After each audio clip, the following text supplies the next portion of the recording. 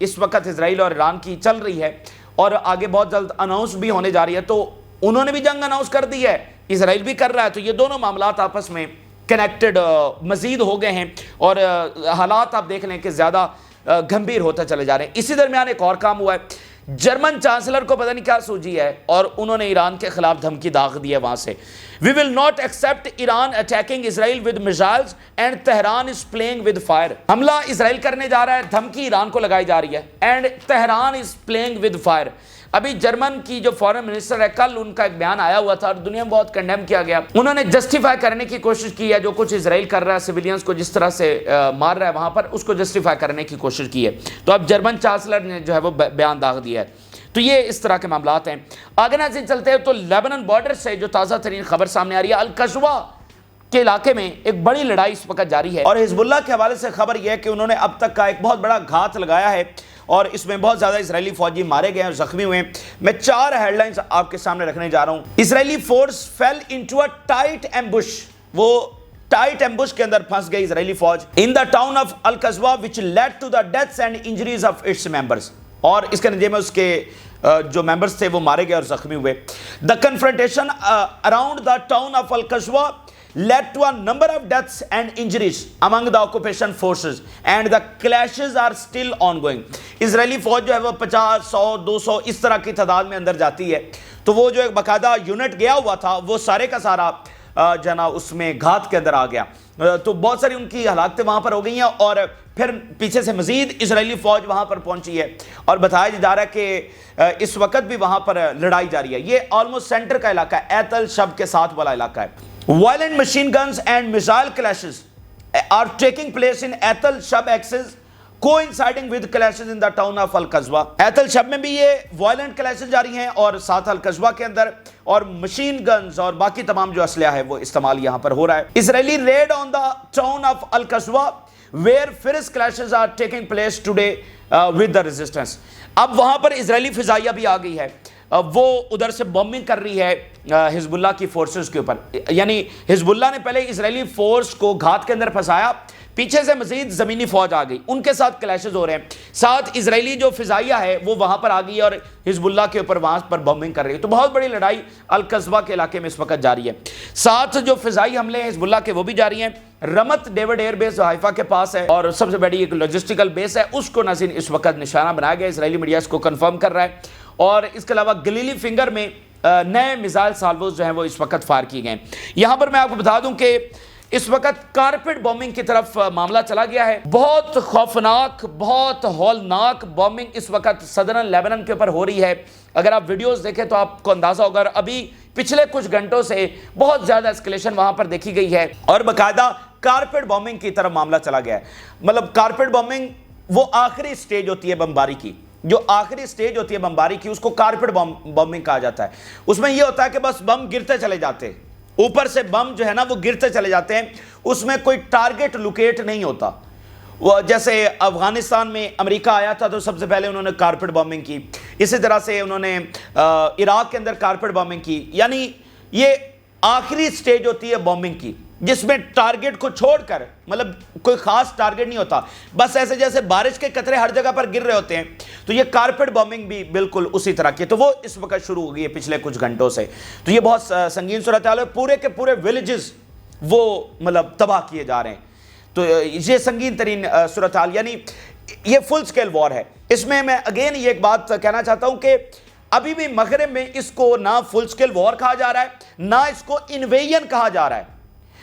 یہ 2006 میں جس طرح جنگ ہوئی ہے وہ جنگ شروع ہو چکی ہے، کارپٹ بومبنگ ہو رہی ہے، اتنی فوج انگیج ہے، ٹینکس اندر داخل ہو رہے ہیں، تو یہ انویژن بھی ہے اور فل سکیل وار بھی ہے جیسے 2006 کی اور پیچھے تھی، تو یہ تھرڈ لیبنان وار شروع ہو چکی ہے۔ لیکن یہاں پر ایک پروپیگنڈا وار ہے اور سائیکولوجیکل وار ہے اور ایک سارا جس طرح سے ان کی مشینری کام کرتی ہے پروپیگنڈا کی، تو مغربی میڈیا، مغربی گورنمنٹس ابھی بھی اس کو انویژن کہنے سے کترا رہی ہیں، حالانکہ اسپین کے پرائم منسٹر نے اس کو انویژن ڈکلیئر کر دیا اور باقی ملکوں نے، ناروے نے، ان سب نے جو ہے وہ انویژن ڈکلیئر کر دیا ہے۔ فرق ہوتا ہے ان چیزوں، جیسے اسرائیلی تو اس کو لکھ رہے ہیں کہ ہم اسپیشل آپریشنز کر رہے ہیں، ہم ریڈز کر رہے ہیں، کہ چھاپا مار کاروائیاں کر رہے ہیں، ہم جاتے ہیں اور واپس نہیں، یہ ایسا نہیں ہے، نہ کوئی کمی فضائی حملوں میں ہے، نہ کوئی کمی زمینی حملوں میں وہ چھوڑ رہے ہیں. ٹھیک ہے, تو اسی لیے یہ ایک فل سکیل وار ہے, لیکن اس کو کور اب دینے کی کوشش کی جا رہی ہے. میں آپ کو بتا دوں ریزسٹنس مطلب ایک فیٹ فل بیٹل جو ہے وہ یہاں پر لڑ رہی ہے. تو اس حوالے سے آپ کسی ابہام کا شکار نہ رہیں. ظاہری بات ہے ہر جنگ کے اندر ایسکلیشن کی تو گنجائش رہتی ہے. اب یوکرین کے معاملے میں ابھی بھی ایسکلیشن کی گنجائش ہے, وہ ہر جنگ میں رہتی ہے, وہ سالوں چلنے کے بعد بھی ایسکلیشن کی گنجائش ہوتی ہے. لیکن یہاں پر ٹوٹل وار جس کو کہتے ہیں, ایک ٹرم ہے ٹوٹل وار, یعنی ہر طرح کی لڑائی, ہر طرح کا ویپن یہاں پر استعمال ہو رہا ہے. اتنے بڑے ریسورسز 5 ڈویژنز ان کی یہاں پر آ گئی. اس کے علاوہ اور کیا فل سکیل وار اور کیا ہوگی؟ کیا وہ کسی ٹارگٹ کو چھوڑ رہے ہیں؟ کیا وہ انٹرنیشنلی بین ویپنز وہاں پر استعمال کر رہے ہیں؟ تو یہ بات آپ نے ذہن میں رکھنی ہے. بہت خوفناک لڑائی وہاں پر جاری ہے. اچھا, اسی درمیان ناظرین ٹائمز آف اسرائیل نے ایک بڑی خبر شیئر کی ہے جس میں بتایا گیا ہے کہ اسرائیل نے ٹارگٹس کو فائنل کر لیا ہے. نتن یاہو آرمی چیف اور ڈیفنس منسٹر کی اہم ملاقات ہوئی اور اس میں ٹارگٹس کو فائنل کر لیا گیا ہے. یہ ابھی ٹائمز آف اسرائیل کی خبر سامنے آئی ہے. اسرائیل finalizes list of targets to hit Iran. The IDF has presented a list of targets to Netanyahu and Defense Minister Gallant as it prepares for strike on Iran, which includes sensitive coordination with other countries in the region. تو list final ہو چکی ہے, تو ہم مزید قریب ہوئے ہیں اس حملے کے. ٹھیک ہے, مطلب کنفیوژن تھی کہ کیا فائنلائز کچھ ہوا ہے, کیا معاملات ہیں, کون سے ٹارگٹ ہوں گے. تو ٹائمز آف اسرائیل کی تازہ ترین خبر کے مطابق یہ ایک نئی میٹنگ ہوئی ہے اور اس میں یہ فائنلائز کر لیا گیا ہے. تو شاید اب یہی ایسٹیمیٹ ہے کہ ہم زیادہ کلوز ہوئے, اور ہمیں یہ تو پتا ہے کہ برکس کی میٹنگ سے پہلے یہ حملہ ہوگا. ٹھیک ہے, برکس کی میٹنگ 22 کو ہونے جا رہی ہے. اچھا, یہیں پر جو انہوں نے لکھا ہے کہ sensitive coordination with region, sensitive coordination, تو یہ اس کا کیا مطلب کہ ریجنل کنٹریز کیا اسرائیل کے ساتھ ہیں؟ ایسی تو کوئی بات نہیں ہے. لیکن یہ ہمیشہ سے یہ پروپیگنڈا تو چلاتے رہتے ہیں کہ فلانا بھی ہمارے ساتھ ہے, فلانا بھی ہمارے ساتھ ہے. اور اس وقت تو پورا ریجن متحد ہو چکا ہے اور ایران کے خلاف جانے کے لیے تو کوئی تیار نہیں ہے. اس کی 2 وجوہات ہیں. ایک تو فلسطین کے خلاف کوئی نہیں جا سکتا, دوسرا ایران کی ملٹری پاور سے اب کوئی ٹکرانے کی جرات نہیں کر سکتا. ٹھیک ہے, سب کو پتا ہے کہ ایران کے میزائل کہیں بھی پہنچ سکتے ہیں. اگر وہ تیل اویو پہنچ سکتے ہیں تو کسی بھی دارالحکومت کو ہٹ کر سکتے ہیں, تو اس لیے کوئی رسک نہیں لے گا. تو بہرحال یہ ان کا ایک بیانیہ ہے نا کہ دیکھو یہ ایران دہشت گرد ہے, یہ دیکھو یہ سارے عربز تو ہمارے ساتھ کھڑے ہوئے ہیں, ہم دیکھو نیو مڈل ایسٹ بنا رہے ہیں جس میں ہم دہشت گردوں کا صفایا کریں گے. تو اس طرح کی باتیں. ایران کے حوالے سے خبر یہ ہے کہ ایران نے جو امریکہ کے ساتھ انڈائریکٹ ٹاکس چل رہی تھی وہ بند کر دی ہیں. تو امریکہ میں کنسرن بڑا ہے کہ بھائی ایران کیا کرنے جا رہا ہے. انڈائریکٹ ٹاکس ہمیشہ چلتی رہتی ہیں, رشیا اور امریکہ کی بھی چلتی رہتی ہیں, ہر دشمن ملک کی انڈائریکٹ ٹاکس جو ہے وہ چلتی رہتی ہیں. تو ایران نے جو ہے وہ ٹاکس بند کر دی ہیں. اچھا, اسی درمیان صرف فرانس اور اسرائیل میں ٹھن گئی ہے. فرانس کو اسرائیل کی جانب سے اینٹی سیمیٹک کہہ دیا گیا. آپ اندازہ کریں ان مسخروں کا, اور میں آپ کو کہتا ہوں کہ ان کی بے وقوفیاں ان کے انجام کو تیز کر رہی ہیں, اور یہ ان کی فلشنس آپ دیکھیے کہ اس ملک کو اینٹی سیمیٹک کہہ رہے ہیں جس کی وجہ سے یہ قائم ہوئے. یہ جو علاقہ ہے یہ فرانس اور برطانیہ دونوں کی ملکیت میں تھا. ٹھیک ہے, تو فرانس کا اگر اس میں مرضی شامل نہ ہوتی تو اسرائیل کبھی بھی نہ بنتا, اور ہمیشہ فرانس نے سپورٹ کی, اور اب بھی کون سا وہ اسرائیل کے خلاف ہے, لیکن اس کو اینٹی سیمیٹک کہہ دیا. تو وہاں پر شدت جو ہے وہ بڑھ رہی ہے. وہاں پر اسرائیلی ڈیفنس منسٹر کے 3 بیانات دیکھیے. France has adopted and is implementing a hostile policy towards the Jewish people. اچانک سے وکٹم کارڈ, اچانک سے یہ جناب دیکھو فرانس جیوش پیپل کے خلاف ہو گیا. او بھائی وہ سیز فائر کی اگر انہوں نے کو تھوڑی سی بات کر دی ہے, ٹھیک ہے, تو وہ جیوش پیپل کے خلاف ہو گیا. نتن یاہو کیا کر رہا ہے, اور ان کے بیان اسپیسیفکلی نتن یاہو کے حوالے سے آ رہے ہیں, لیکن یہ اچانک سے جیوش پیپل کو درمیان میں ڈال دیا, اینٹی سیمیٹک بنا دیا ان کو فوراً سے. Discrimination against our defence industries for the second time in France helps our enemies during the war. وہ جو پابندی لگائی ہے فرانس نے, اس کی بھی بہت تکلیف ہو رہی ہے اب اسرائیل کو. اور پھر وہی تکبر کہ وی ول ڈیفینڈ ود اور وداؤٹ فرانس, ہم اپنا دفاع کریں گے فرانس اور فرانس کے بغیر. تو یہ فلشنس ہے اور یہ تکبر ہے, اور اب یہ مغرب سنبھالے اس اسرائیل کو.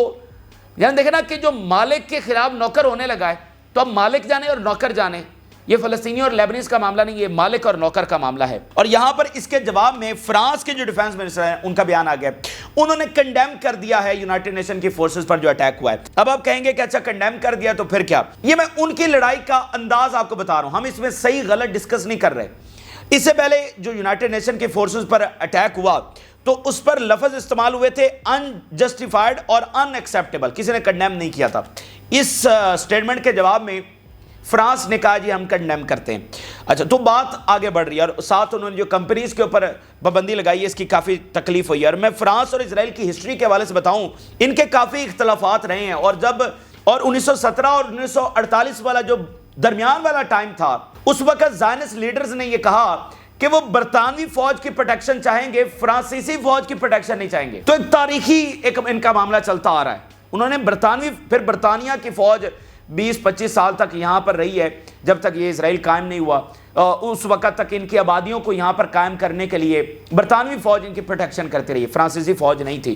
تو یہ بھی ان کا تھوڑا سا تاریخ، لیکن فرانس ہمیشہ سے اتحادی رہا ہے، اور اب بھی وہ کون سا فلسطینیوں کے ساتھ کھڑے ہو رہا ہے، لیکن اسرائیل کے ساتھ چلنا بھی اب ان کے لیے جو ہے نا مشکل ہوتا چلا جا رہا ہے۔ مطلب ایک نوکر ہے اور وہ دھمکیاں لگا رہا ہے اپنے مالک کو، تو ایسا تو نہیں چلے گا۔ ساتھ آئرلینڈ اور اسپین کی بہت سخت رد عمل سامنے آیا ہے۔ آئرلینڈ کے پرائم منسٹر نے کہا کہ ہم یورپ کا انتظار نہیں کریں گے۔ اب میں جلدی چیزیں آپ کے سامنے رکھ رہا ہوں کیونکہ ٹائم تھوڑا ہے۔ آئرلینڈ کے پرائم منسٹر نے کہا کہ ہم یورپ کی پوزیشن کا انتظار نہیں کریں گے کہ یورپ کب اکٹھا ہوگا، وہ کیا ایکشن لے گا، تو ہم ایکشن لینے جا رہے ہیں جو ہم کر سکتے ہیں۔ انہوں نے کہا ہم اسپین کے ساتھ مل کر جو ان کے ساتھ ہمارے ایگریمنٹس ہیں ٹریڈ، یہ وہ سارے وہ کینسل کرنے جا رہے ہیں۔ یہ آئرلینڈ کے، اور آئرلینڈ بڑا زبردست ملک، اور انہوں نے بھی آزادی حاصل کی، اور بڑا فلسطینیوں کے ساتھ جو ہے نا مطلب ان کی ایک تاریخی لگاؤ ہے ان کا۔ اور پھر بالفورڈ جو ڈیکلیریشن ہوا تھا، جس کے تحت یہ اسرائیل کے قائم ہونے کا بنیادی ڈیکلیریشن جس کو کہا جاتا ہے، بالفورڈ بیسیکلی آئرلینڈ کے اندر تعینات تھا ایز وہ جو لارڈ ہوتے تھے، جیسے یہاں برصغیر میں تھے۔ تو ایک آئرلینڈ کی اور فلسطین کی جو جدوجہد ہے نا، وہ ساتھ ساتھ معاملات چلتے ہیں۔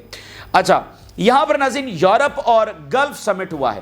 یورپ اور گلف یعنی خلیجی ریاستوں کا ایک سمٹ یہاں پر ہوا ہے۔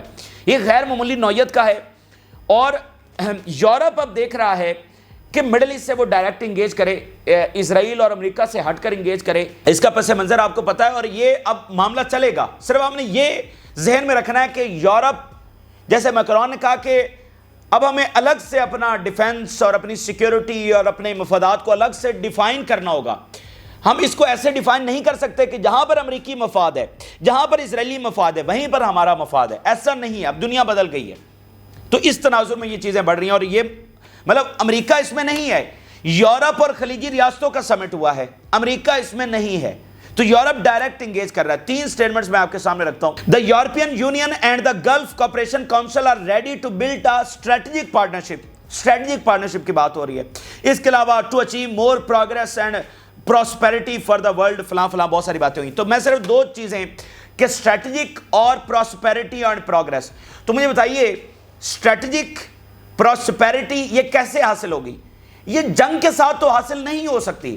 اسٹریٹجک مفادات کا اور اسٹریٹجک پارٹنرشپ کا مطلب یہ ہوتا ہے سیکیورٹی، تحفظ۔ تو وہ تحفظ جنگ سے تو نہیں آئے گا، یا جو جنگ چھڑنے جا رہی ہے اس سے تو نہیں آئے گا۔ اور ذرا نوٹ کریے، یورپ کہہ رہا ہے کہ وہ مڈل ایسٹ کے ساتھ اسٹریٹجک مفادات بنا رہا ہے۔ تو اسٹریٹجک مفادات اس سے بنائے جاتے ہیں جب آپ کا انٹرسٹ سیم ہو جائے، اور آپ کو لگے کہ فلاں کنٹری یا فلاں ریجن کا نقصان آپ کا نقصان ہے۔ رشیا اور ایران کے اسٹریٹجک تعلقات ہیں کہ، اور چائنا اور ایران کے اسٹریٹجک تعلقات ہیں کہ اگر ایران کو نقصان ہوا تو اس کا مطلب یہ نقصان چائنا کا ہے، صرف ایران کا نہیں ہے۔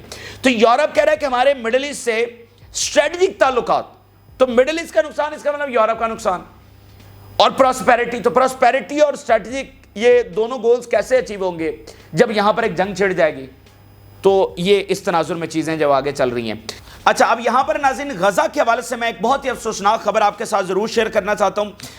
جبالیہ سے یہ خبر سامنے آ رہی ہے کہ ظلم کوئی لفظ اس کے علاوہ ہے تو وہ بتایا جائے، اس صورتحال کو بیان نہیں کیا جا سکتا جو اس وقت ہو رہا ہے۔ 1 سال کا یہ ساری جینوسائیڈ۔ اب اس وقت جبالیہ میں کیا ہو رہا ہے کہ اسرائیلی فوج بلڈنگز کو تباہ کر رہی ہے۔ اسرائیلی فوج وہاں پر کیا کر رہی ہے بتایا جا رہا ہے، جو تازہ ترین رپورٹ سامنے آئی ہے کہ رات کو اسرائیلی فوج وہاں پر داخل ہوتی ہے اور بلڈنگز کے اندر بوم لگا دیتی ہے، ایکسپلوسیوز لگا دیتی ہے، اور دن کو وہ ایکسپلوڈ ہو جاتے ہیں۔ دن کو اسرائیلی فوج اپنے آپ کو وہاں سے وڈرا کر لیتی ہے تاکہ حماس کا اس کے ساتھ ٹکرانا ہو۔ حماس رات کو نہیں لڑ سکتی، ان کے پاس وہ اکوپمنٹس نہیں ہیں، وہ دن کو لڑتے ہیں۔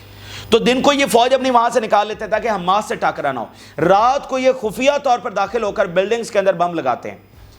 اب مجھے بتائیے، میں نے کہا نا کہ اگر لفظ ہے تو بتائیں ہم اس ظلم کو کیسے بیان کریں۔ اب وہ جو فلسطینی 4 لاکھ سے زیادہ وہاں پر بیٹھے ہوئے ہیں، جو ساتھ بمبنگ بھی اوپر سے ہو رہی ہے ان پر، اور خوراک پانی ان کا بند ہے، آج کے دور میں خوراک پانی ان کا بند ہے۔ اچھا، وہ گھروں میں بیٹھے ہوئے ہیں تو اچانک سے بم ایکسپلوڈ ہو جائے گا، ان کو نہیں پتا کہ ان کے گھروں میں بم لگ چکے ہیں رات کو، اور وہ ایسے ایکسپلوسیوز ہوتے ہیں کہ وہ مطلب ایسا ملبہ بنتا ہے اور ایسا میدان بنتا ہے کہ اگر وہ آپ دیکھ لیں کہ تو آپ کی روح کانپ جائے، جو جس طرح کے دھماکے وہاں پر ہوتے ہیں۔ تو یہ بڑی افسوسناک خبر ہے اس آڑ میں کہ لیبنن میں کیا ہو رہا ہے، ایران پر حملہ، یہ وہ اس آڑ کے اندر اسرائیل یہ کچھ غزہ میں کر رہا ہے۔ تو اس لیے ایک ایک گھنٹہ، ایک ایک لمحہ بہت امپورٹنٹ ہے، کیونکہ غزہ مطلب وہ بہت ظلم وہاں پر اس وقت ڈھایا جا رہا ہے۔ تو آخر میں ناظرین، نارتھ کوریا کے حوالے سے ایک خبر آپ کے ساتھ شیئر کریں تو نارتھ کوریا اور ساؤتھ کوریا کے معاملات بہت بگڑ گئے ہیں۔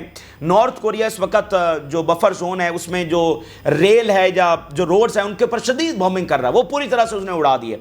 تو ادھر فوجیں الرٹ ہیں، ادھر بھی الرٹ ہیں، کچھ بھی وہاں سے ہو سکتا ہے، کچھ بھی۔ اور ہمیشہ یہ نارتھ اور ساؤتھ کوریا والی جنگ سرپرائز ہی ہوگی۔